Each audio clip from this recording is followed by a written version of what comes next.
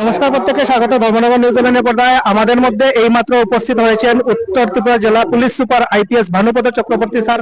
আমরা স্যারের সাথে কথা বলে নেব আসন্ন তিস্তর পঞ্চায়েতের যে গণনা চলছে সেই দিক থেকে লক্ষ্য রেখে প্রশাসনিক কিভাবে কার্যকলাপ চলছে এবং নিয়ম কানুন কিরকম তৈরি করা হয়েছে।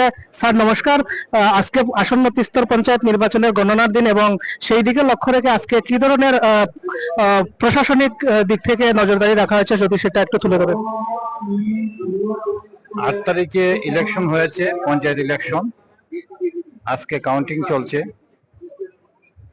আমরা 4টা লোকেশনে কাউন্টিং হচ্ছে। 4টা লোকেশনে আমরা 3 টায়ার যে নিরাপত্তা ব্যবস্থা আছে সেটা আমরা এনশিওর করেছি এবং আপনারা দেখছেন যে 4টা লোকেশনেই কদমতলা, এটা যুবরাজনগর, পানিসাগর এবং কালাচড়াতে শান্তিপূর্ণভাবে ভোট গণনা চলছে। রেজাল্টও বেরোচ্ছে, মানুষ আনন্দ উল্লাস করছে। তবে সবচেয়ে যেটা দর্শনীয় সেটা হলো মানুষের যে আনন্দ উল্লাস, এটা স্বতঃস্ফূর্ত এবং শান্তিপূর্ণ। দেখতে পাচ্ছেন আপনারা বাইরের দিকে এই প্রাকৃতিক দুর্যোগ চলছে, বৃষ্টি চলছে, কিন্তু মানুষ তারপরেও বসে আছে আনন্দ উল্লাস করার জন্য। আমি যেটা আপনাদের মাধ্যমে সবাইকে বলতে চাই যে আনন্দ উল্লাস করার সময় যাতে করে এমন কোনো কাজ না হয় যেটা অন্যের নিরানন্দের সৃষ্টি হয়, এটা একটা লিমিটের মধ্যে করার জন্য। আর আমরা এডুকেট নিরাপত্তার ব্যবস্থা করেছি।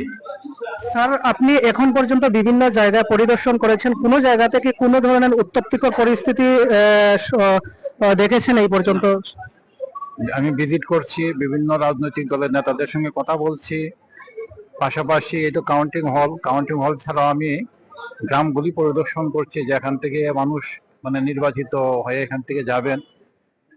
কোনো জায়গাতেই কোনো উত্তেজনাকর পরিস্থিতি নেই। সবাই যে ভোটের যে একটা আনন্দ, এটা উৎসবের মেজাজে এখন পর্যন্ত ওনারা এটা আনন্দ উপলব্ধি করছেন। আশা করি শান্তিপূর্ণ পরিবেশ বজায় থাকবে এবং সেই ধরনের আমরা পদক্ষেপ নিয়ে রেখেছি। Thank you. অসংখ্য ধন্যবাদ। আমরা স্যারের সাথে কথা বললাম এবং উনি বলেছেন যে